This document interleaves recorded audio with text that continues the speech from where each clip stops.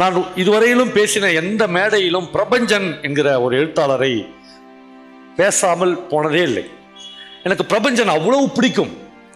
பிரபஞ்சனுடைய எழுத்தில் இன்னும் கலைத்தன்மை கூட இருந்திருக்க வேண்டும் என்கிற விமர்சனங்களை எல்லாம் நான் என் இடது கையால் புறந்தள்ள விரும்புகிறேன். ஏனென்றால் பிரபஞ்சன் எனக்கு வாழ்க்கையின் அச்சு அசலான பகுதிகளை எனக்கு கற்றுக் கொடுத்திருக்கிறார். நம்பர்களை பிரபஞ்சன் அடி என்று ஒரு கதை எழுதியிருக்கிறார். அவர் பூர்வீகம் பாண்டிச்சேரி. அவருடைய அப்பா 10 கள்ளுக்கடை வைத்திருந்தார். அவர் தன்னுடைய வாழ்க்கையை பற்றி மிக சுவாரஸ்யமாக பிரபஞ்சன் எழுதுகிற போது சொல்லுகிறார். அவங்க வீட்டில் வயசான காலத்தில் நிறைய பாட்டிகள் உலாவாங்க. ஒரு வீட்டில் ஒரு பாட்டி தானே இருப்பாங்க. பிரபஞ்சன் வீட்டில் மட்டும் ஒரு 7-8 பாட்டிங்க இருப்பாங்க. ஒரு நாள் அவர் அவங்க அம்மாட்ட போய், நம்ம வீட்டில் மட்டும் ஏமா இவ்வளோ பாட்டிங்கிறாங்கன்னு கேட்டாராம். அவங்க அம்மா தனியாக கூட்டிட்டு போய் அவரை சொல்லிச்சான், அவங்க எல்லாமே உங்கள் தாத்தாவுடைய மனைவிகள் தான், அங்கீகரிக்கப்படாத மனைவிகள், எல்லாம் கூட்டு குடும்பமாக இருக்கிறாங்க. இவருக்கு ரொம்ப ஆச்சு, ஒரு தாத்தாவுக்கு ஒரு பொண்டாட்டி தானே இருக்க முடியும், இந்த வீட்டில் மட்டும் ஏன் 6-7 பேர் இருக்கிறாங்க அப்படின்னு கேட்டப்போ அவர் சொன்னாங்களாம், ஒன்றும் இல்லைடா, தாத்தா நெல் ஏற்றின்னு கடலூரில் போய் மார்க்கெட்டிங் கமிட்டியில் போட்டு வருவார். நைட் ஆகிடும், ராந்தல் லைட் கட்டின்னு வருவார். வருகிற போது ஒரு நாள் புளிய மரத்தடியில் ஒரு அம்மா தான் ஒரு குழந்தையோடு நிற்கிது. வண்டியை ஸ்லோ பண்ணி, வண்டினா மாட்டு வண்டி, ஸ்லோ பண்ணி, என்னம்மா அங்கே நிற்கிறேன்னு கேட்குறாரு. எங்கள் வீட்டுக்காரர் அடிச்சு தொத்திட்டான். எங்கே போகிற, எங்கன்னா போகலாங்கிற. சரி, என் கூட வந்துடுறேன் அப்படின்னு வண்டியில் கூட்டின்னு வந்துட்டார்.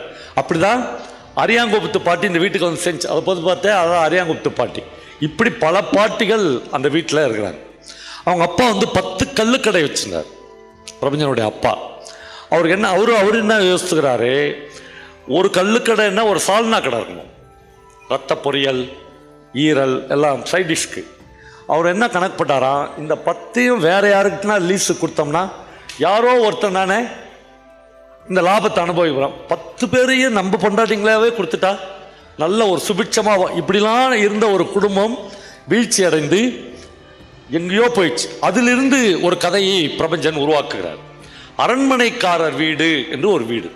ஏன் அவருக்கு அரண்மனைக்காரர் வீடு அப்படின்னா, அந்த வீடே அரண்மனை, அவ்வளோ பெரிய வீடு. ஆனால் அவர் இப்போ எங்கே இருக்கிறார்னா, ஒரு 10 தென்னந்தட்டி போட்ட ஒரு சின்ன குடிசை வீட்டில் இருக்கார்.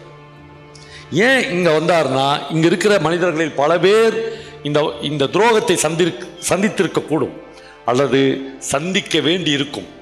திடீர்னு ஒரு நாள் உங்கள் வாழ்க்கை மாறும். திடீர்னு யாரோ ஒருத்தன் நீங்கள் எதிர்பாராத நேரத்தில் உங்கள் வாழ்க்கையை புரட்டி போடுவார். அவருக்கு எழுத படிக்க தெரியாது, அரண்மனைக்காரர். அவரிடம் பல பேப்பரில் அவருடைய சிநேகிதக்காரர் ஒருவர் கையெழுத்து வாங்குகிறார். வாங்கி ஒரு சிட்ஃபண்ட்ஸ் ஆரம்பிக்கிறாங்க. பாண்டிச்சேரியில் ஒரு சிட்ஃபண்ட்ஸ் ஆரம்பிக்கலாம். ஒரு 5 ஸ்டார் ஹோட்டல், 5 ஸ்டார் ஹோட்டல்னானே என்னன்னே தெரியாது அவருக்கு. எல்லாம் போய் இன்றைக்கு ஒன்றுமே இல்லாத சொத்துக்களை இழந்து ஒரு ஓலை குடிசைக்கு வந்து விட்டார். ஆனால் அந்த அப்பாவுக்கு ஒரே ஒரு மகன். அந்த மகன் மீது மிகுந்த நம்பிக்கை இருக்குது. இந்த பையனை படிக்க வச்சு இவனை பெரிய ஆள் ஆக்கி பாண்டிச்சேரிக்கே கலெக்டர் ஆக்கி இழந்த இந்த சொத்துக்களை எல்லாம் மீட்டு விட முடியும் என்று அந்த அப்பா நம்புகிறார்.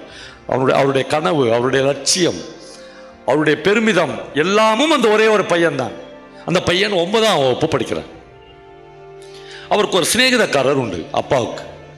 அவர் ஒரு ஸ்கூல் ஹெட்மாஸ்டர், ரிட்டையர்டு ஹெட்மாஸ்டர். தினந்தோறும் சாயங்காலத்தில் போய் ஹெட்மாஸ்டர் பார்ப்பார். பார்க்கும்போதுனே அவருக்கு முதல்ல கேட்பார், பையன் எப்படி படிக்கிறான். அவருடைய கனவு. அவர் சொல்ல, பிரமாதமாக படிக்கிறான்.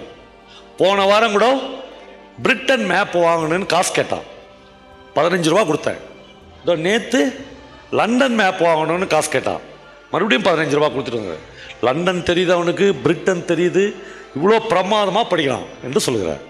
ஹெட்மாஸ்டர் புரிஞ்சிச்சு, பையன் ஏதோ பிரச்சனை, தப்பு. போகும்போது தன்னுடைய சிநேகிதக்காரங்கிட்ட சொல்கிறாரு, பையனை கொஞ்சம் ஜாக்கிரதையாக பார்த்துக்க, லண்டனும் பிரிட்டனும் ஒன்று தான், ஒரு மேப்புக்கு தான் காசு கேட்டு இருக்கணும், 2 மேப்புக்கு சொல்லி காசு கேட்குறான்னா நீ படிக்கலைன்றதை அவன் ஏமாத்துறான், கொஞ்சம் பத்திரமா பார்த்துக்க என்று சொல்லி அனுப்புகிறார். நம்மளை பிரபஞ்சன் எவ்வளோ கிரியேட்டிவ் ரைட்டர் என்பதற்கு ஒரு உதாரணம் பிரபஞ்சன் எழுதுகிறார். இவர்கள் வீட்டுக்கு பக்கத்தில் இருக்கிற பெருமாள் கோவில் தெருவில் இருக்கிற பத்மாவதி என்கிற 9ஆம் வகுப்பு படிக்கிற ஒரு மாணவியின் இரட்டை ஜடையில் 2 கலர் ரிப்பன் தொங்குதில்ல, அதுதான் இந்த லண்டன் மேப்பும் பிரிட்டன் மேப்புமாக தொங்கிக் கொண்டிருந்தது என்று பிரபஞ்சன் எழுதுகிறார். 9ஆம் வகுப்பில் இவனுக்கு அப்படி ஒரு அஃபெக்ஷன் ஒரு பொண்ணோட. இப்போ அந்த பையன் வீட்டுக்கு வருகிறான், அப்பா அவனை பார்க்குறாரு. நீங்களும் நானும் ஒரு அப்பா ஸ்தானத்தில் பையன் இப்படி வந்தால் என்ன பண்ணுவோம்? ஆனால் ஒரு எழுத்தாளனுடைய பார்வை வேறையாக இருக்குது. அவன் வந்தோடனே, தம்பி பையன் வச்சுட்டு வா என்று அப்பா கூப்பிடுறாரு. பையன் வரான், அவன் முன்னால் முழந்தாளிட்டு பணிகிறார் என்று பிரபஞ்சன் அப்படியே முட்டி போட்டு பையன்கிட்ட சொல்றாரு, தம்பி எழுத படிக்க தெரியாதுந்தாண்டா ஒருத்தன் கையெழுத்தெல்லாம் வாங்கினு என்னை இந்த ஓலை குடிசைக்கு அனுப்பிச்சிட்டான், உனக்கும் அவனுக்கு என்னடா வித்தியாசம் என்று கேட்கிறார். கதை அதோடு முடிந்து போகிறது. ஒரு அடி விழுகிறது. அந்த அடி பையன் அப்பாவுக்கு கொடுத்ததாக இருக்கலாம், அப்பா பையனுக்கு கொடுத்ததாக இருக்கலாம், அல்லது 2 பேரும் சேர்ந்து இந்த சமூகத்திற்கு கொடுத்ததாக இருக்கலாம். அடிகள் தினந்தோறும் விழுந்து கொண்டே இருக்குது. இதனால்தான் பிரபஞ்சனுடைய எழுத்து என்னை அவ்வளோ ரத்தமும் சதையுமாக இந்த மனித வாழ்க்கையை அவர் முன்னிறுத்துகிறார்.